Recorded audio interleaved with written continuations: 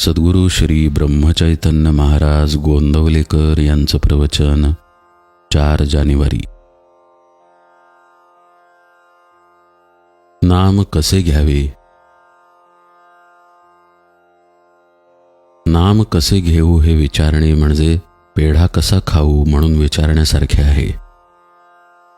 पेढा कोणत्याही बाजूने खाल्ला तरी गोडच लागतो. तसे नाम कसेही घेतले तरी ते आपले काम करतेच करते. पेढा ज्याने खाल्ला आहे तो पेढा कसा खाऊ असे विचारणार नाही. तसे नाम घेणारा मनुष्य नाम कसे घेऊ म्हणून विचारणार नाही. शेतात बी पेरतात तेव्हा त्याचे तोंड वरच्या बाजूला आहे की नाही हे पाहत नाहीत. बी शेतात पडते तेव्हा ज्या तोंडातून मोड यायचा असतो ते तोंड कोणत्या तरी एका बाजूला खाली किंवा वरही असू शकेल. पण जेव्हा मोड बाहेर येतो तेव्हा त्याची दिशा मुळात कोणत्याही बाजूला असली तरी तो वळण घेऊन जमिनीतून वरच येतो.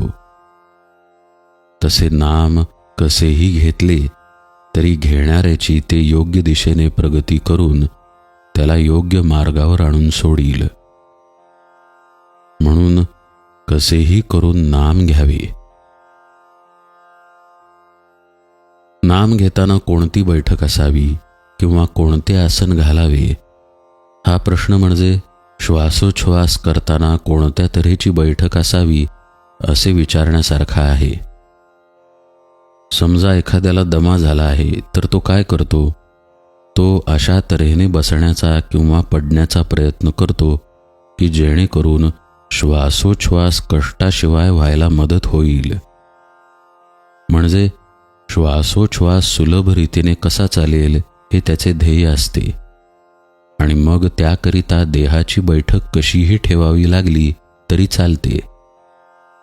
श्वासोच्छ्वास विनाकष्ट चालू ठेवणे हे जसे त्याचे ध्येय असते तसे नाम अखंड कसे चालेल हे आपले ध्येय ठेवावे. आणि त्याला मदत होईल, व्यत्यय येणार नाही अशा तऱ्हेची कोणतीही बैठक असावी. बैठकीला फार महत्त्व देऊ नये.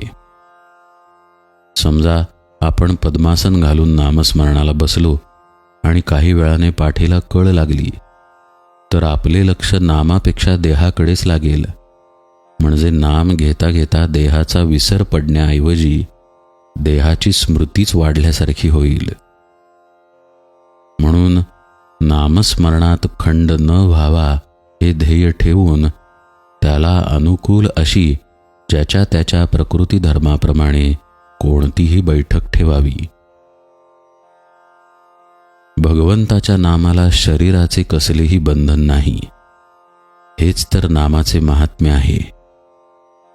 मनुष्याच्या कोणत्याही अवस्थेमध्ये भगवंताचे स्मरण सहज ठेवता येण्याचे एकच साधन आहे आणि ते म्हणजे त्याचे नाम होय. पण देहबुद्धी अशी और आहे की त्या निरुपाधिक नामाला आपण काहीतरी उपाधी जोडतो आणि त्या उपाधीवर नाम घेणे अवलंबून ठेवतो. असे न करावे. इतर उपाधी सुखदुःख उत्पन्न करतील पण नाम निरुपाधिक आनंद देईल. शुद्ध भावनेत आणि निष्ठेत खरे समाधान आहे.